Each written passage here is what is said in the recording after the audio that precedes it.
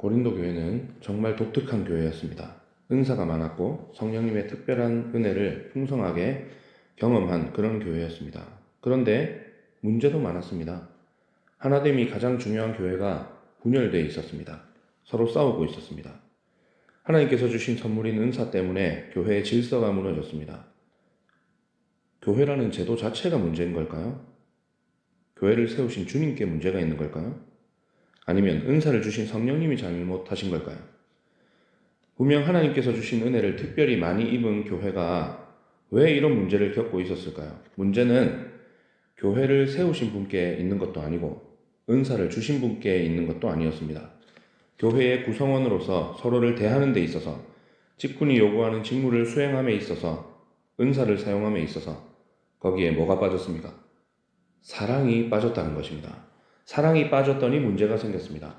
하나되라고 세우신 교회가 분열되고 서로를 위해 사용하라고 주신 은사를 자기를 위해 사용하니 질서가 무너집니다. 이런 문제들을 인지한 사도 바울이 고린도 교회를 향해서 첫 번째 편지를 보냈지만 듣지 않았습니다. 그래서 오늘 우리가 읽고 있는 이 고린도 전서를 기록해서 보냈습니다. 그리고 이 편지를 전달하기 위해서 고린도로 간 사람이 바로 오늘 본문에 등장하는 디모데였다는 것입니다. 사도는 오늘 말씀에서 디모데와 아볼로를 언급했습니다. 단순히 인사말을 대신 전하는 것 이런 것도 아니고요. 여기에는 성도들이 어떤 마음으로 동역자들을 대해야 하는지 그 원칙이 담겨 있다는 것입니다. 교회는 저절로 세워지지 않습니다. 하나님께서는 다양한 사람들을 동역자로 세우셨고 이들이 서로 도우며 은사를 사용함으로써 건강한 공동체로 세워져 가도록 교회를 설계하셨기 때문입니다. 사도 바울은 마음이 나뉘어 서로 분쟁하는 고린도 교회 성도들에게 이 편지를 쓰면서 디모데를 전령으로 보냅니다. 그리고 편지를 전달하는 디모데를 어떻게 대해야 할지 편지에 썼습니다.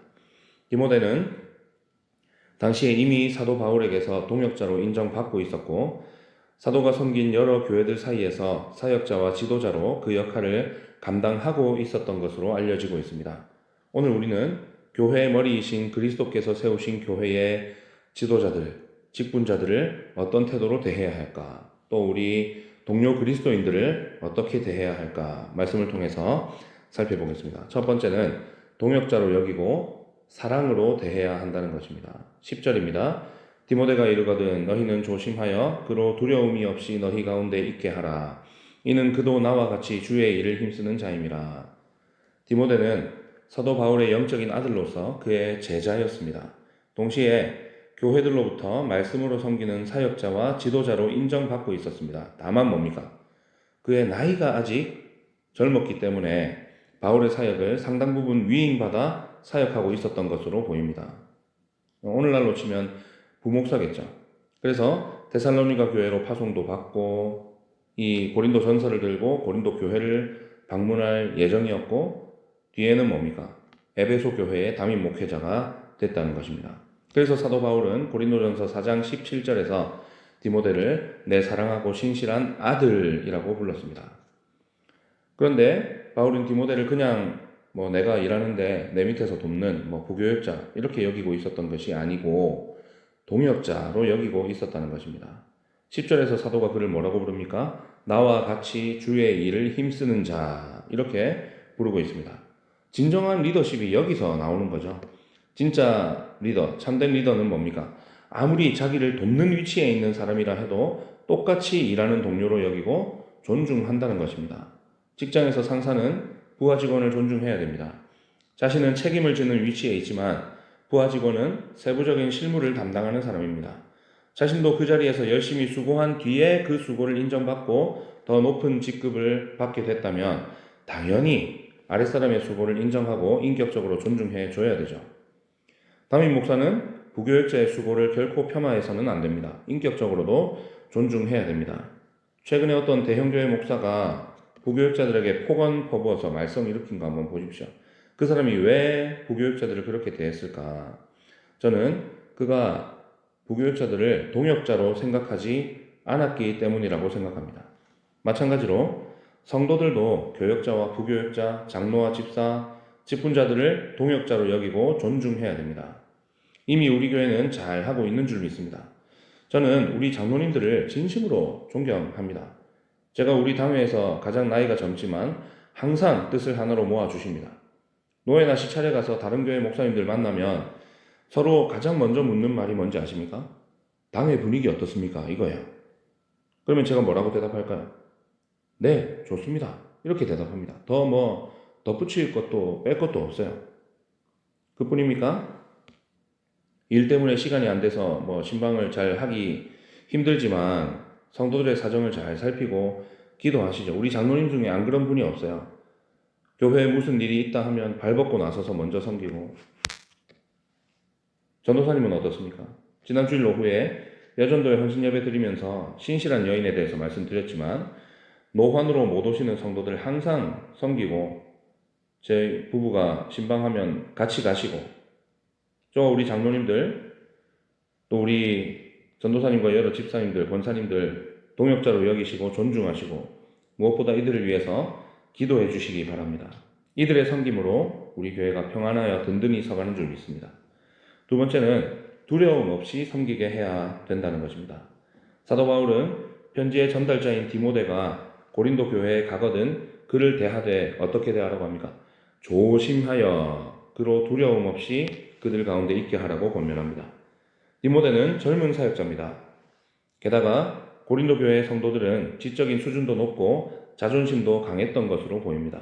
그렇기 때문에 젊은 사역자인 디모데를 만나면 그를 무시하거나 시험할 가능성이 있었습니다.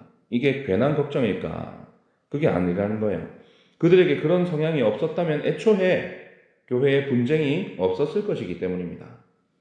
이것은 사도 바울이 그들을 신뢰하지 못한다거나 편견을 가져서가 아니에요. 왜 이런 권면을 하게 되겠습니까? 이미 고린도 교회에서 벌어지고 있는 일들에 대한 책망과 권면의 연장선상에 지금 있는 거예요. 그래서 고린도 교회 성도들은 조심해야 했습니다. 조심하라는 명령은 원어적으로 주의 깊게 살펴라, 경계해라, 신경을 써라, 배려해라 이런 의미를 가지고 있습니다. 그저 젊은 사역자 무시하지 말고 환영해줘라 이게 아니고 그가 사역에 위축되지 않도록 세심하게 배려해서 대하라는 명령입니다. 두려움 없이 라고 되어 있죠. 원어적으로 겁 없이 위협받지 않고 위축되지 않은 상태를 의미합니다. 디모데가 실제로 고린도 교회에서 부담을 느끼고 위축될 수 있는 상황이라는 거예요. 그만큼 뭡니까? 고린도 교회 성도들이 영적인 교만과 지적인 교만이 강했다는 것을 알 수 있습니다. 그래서 바울파, 아볼로파 이렇게 갈라져 있던 거 아닙니까?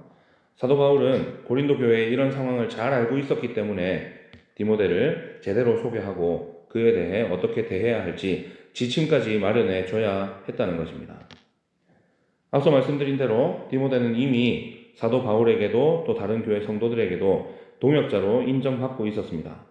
디모데는 이미 사도 바울과 함께 주의 일을 하는 사람이었습니다. 그냥 함께 일하는 자가 아니라 그의 사역과 섬김 자체가 사도 바울이 하는 것과 다 동일했던 거예요. 사도 바울은 디모데를 보낼 때 내가 가는 것과 같이 여겼습니다. 그리고 다른 성도들도 디모데가 왔을 때 사도 바울이 온 것과 같이 여긴 거예요. 사도가 아니었기 때문에 바울과는 책임의 범위가 조금 달랐을 뿐 하는 일은 같았다는 거예요. 지속적으로 사도 바울과 동역하고 있었습니다. 다만 뭡니까? 그는 나이가 한참 젊었고 어쩌면 성품은 아주 부드럽고 유한 사람이었을 가능성이 높습니다. 뭔가 사람을 압도하는 카리스마적인 리더십을 가진 사람은 아니었을 가능성이 크죠. 그래서 사도 바울이 에베소에서 사역하고 있는 디모데에게 편지를 쓸 때 디모데 전후서에서 뭐라고 합니까? 너의 연소함을 업신여기지 못하게 하라 이렇게 말하는 것입니다. 그래서 사도는 고린도 교회 성도들에게 디모데를 위축시키지 말라고 당부하고 있는 것입니다. 교회 안에 얼마든지 잘난 사람 있을 수 있습니다. 성경 지식, 신학 지식, 인문학적인 소양이 때로는 목사를 능가하는 사람이 교회 안에 있을 수 있어요. 어떤 사람은 목사나 교역자들 또는 다른 직분자들보다 영성이, 신앙이 더 탁월할 수 있습니다. 기도를 많이 하는 사람이 있을 수 있고 은사가 더 비범하게 나타나는 사람이 있을 수 있습니다. 그러나 교회는 영성과 지성을 자랑하는 무대가 아닙니다. 섬기는 무대죠. 사역자와 직분자가 있으면 그를 시험하거나 위축시키지 말고 뭡니까? 사명을 온전히 감당하도록 도와야 됩니다. 혹시 다른 사람보다 더 뛰어난 자질, 지식 또는 은사를 갖고 계십니까? 뽐내라고 주신 게 아니고 섬기라고 주신 것임을 기억하시고 그것을 가지고 교역자와 직분자들을 돕고 그들을 세우는 데 사용하시기를 축복합니다. 평가하고 위축시키지 마시고 칭찬하고 격려해 주시기를 축복합니다. 세 번째는 신뢰하면서 기다려줘야 한다는 것입니다. 12절 형제 아볼로에 대하여는 그에게 형제들과 함께 너희에게 가라고 내가 많이 권하였으되 지금은 갈 뜻이 전혀 없으나 기회가 있으면 가리라. 사도는 아볼로를 고린도 교회에 가라고 여러 차례 권면했던 것으로 보입니다. 고린도 교회 성도들에게 아주 친숙하고 친밀한 그런 사역자였기 때문입니다. 그러나 아볼로가 가지 않으려고 했습니다. 성경이 그 이유를 설명하지 않고 있기 때문에 단정 짓긴 어렵지만 고린도 교회가 처해 있던 상황을 통해서 유추해 볼 수 있는 부분이 있죠. 가장 유력한 견해는 뭐냐? 고린도 교회가 겪고 있었던 분열 때문이다 라는 견해입니다. 고린도 교회는 당시에 바울파, 게바파, 아볼로파, 심지어 그리스도파 이렇게 분열되어 있었습니다. 아볼로가 어떤 사람입니까? 말을 잘하고 성경 지식이 아주 해박했던 그리고 정말로 유명한 설교자요 지도자였습니다. 그런 그가 지금 바울파, 게바파, 아볼로파, 그리스도파로 4분 오열되어 있는 고린도 교회로 가면 어떻게 되겠습니까? 아볼로를 따르고 맹목적으로 추종하는 아볼로파가 아주 우쭐해질 가능성이 높았죠. 아볼로파를 견제하기 위해서가 아니라 교회의 분열을 막기 위해서 아볼로는 고린도 교회로 가지 않으려 한 것이고 사도 바울은 이런 위험을 알고 있었기 때문에 뭐라고 강조합니까? 자신은 심었고 아볼로는 물을 주었으되 자라게 하시는 이는 하나님이라고 그렇게 강조를 한 겁니다. 또 아볼로가 고린도 교회로 가지 않으려고 한 이유는 사도 바울과의 관계를 오해받지 않기 위해서였을 것입니다. 이런 고린도 교회의 상황에서 아볼로가 가보십시오. 어떻게 생각할까요? 사람들이 사도 바울의 권위를 흔들려고 하지 않겠습니까? 여러 파벌로 갈라져 있는 상황에서 그 파벌 중 하나가 따르는 사람인 아볼로가 그냥 혼자 나타나면 그가 바울과 경쟁하고 있다고 생각하거나 아볼로를 새로운 교회의 구심점으로 만들려고 난리가 나겠죠. 따라서 바울은 아볼로에게 고린도 교회로 가기를 여러 번 권면했지만 바울은 그런 걸 다 소탈하게 넘어선 사람이에요. 초월한 사람이에요. 아볼로도 마찬가지. 그런데 아볼로가 가지 않겠다고 말했고 사도는 아볼로의 뜻을 존중하는 것입니다. 말씀을 보면 바울과 아볼로는 전혀 경쟁하는 관계가 아니었습니다. 그들은 자신은 조금도 원하지 않는데 고린도 교회가 계파를 나눠서 분쟁을 일으킨 겁니다. 그것을 당사자들은 그리스도의 몸을 나누는 악한 일로 봤습니다. 오히려 사도와 아볼로는 서로 존중하는 동역자였습니다. 교회를 위해서 신중하게 처신하기 위해 애쓰고 있었고 그것이 아볼로는 고린도로 가지 않는 것으로 나타난 것이고 사도 바울은 아볼로에게 고린도로 갈 것을 더 이상 권하지 않는 걸로 나타나는 거예요. 그래서 함께 때가 되기를 기다리기로 하는 겁니다. 이런 존중이 우리 교회 안에도 있어야 되는데 저는 이것을 하나님께 정말 감사하고 있어요. 장로님들은 젊은 목회 초년생인 저를 존중해주고 계십니다. 저도 장로님들을 진심으로 존경하고 존중합니다. 여러분 당회 안 들어와 보셔서 모르겠지만 당회 분위기 정말 좋습니다. 여러분도 마찬가지죠. 우리 당회원들과 직분자들을 얼마나 참 잘 따르고 순종하고 계십니까? 지금까지 잘 해온 것처럼 앞으로도 잘 해주셔야 우리 교회가 더 건강해질 수 있고 더 거룩해질 수 있습니다. 교회가 이렇게 되려면 우리 모두가 어떻게 해야 되겠습니까? 내가 하는 말과 행동이 교회 공동체에 유익한지 어떤지 먼저 생각해야 되고 하나님의 때를 기다릴 줄 알아야 되고 무엇보다 뭡니까? 서로를 존중할 줄 알아야 된다는 것입니다. 교회는 결국 사람을 통해서 세워집니다. 따라서 구성원인 우리 성도들이 서로를 동역자로 여기고 서로를 존중하며 사역자, 직분자들이 두려움 없이 사역하도록 도와야 됩니다. 이렇게 서로를 세워주고 존중하며 동역할 때 하나님께서는 우리 교회를 통해서 놀라운 일을 행하실 것입니다. 오늘 말씀을 기억하면서 서로를 주님 안에서 동역자로 여기고 각자가 맡은 사역과 받은 은사를 서로 존중하는 가운데 두려움 없이 섬길 수 있도록 배려하고 도우며 서로 세워주고 이끌어주며 주의 몸인 교회를 아름답고 건강하게 세워나가는 저와 여러분 우리 모두가 되시기를 주님의 이름으로 축복합니다. 기도하겠습니다.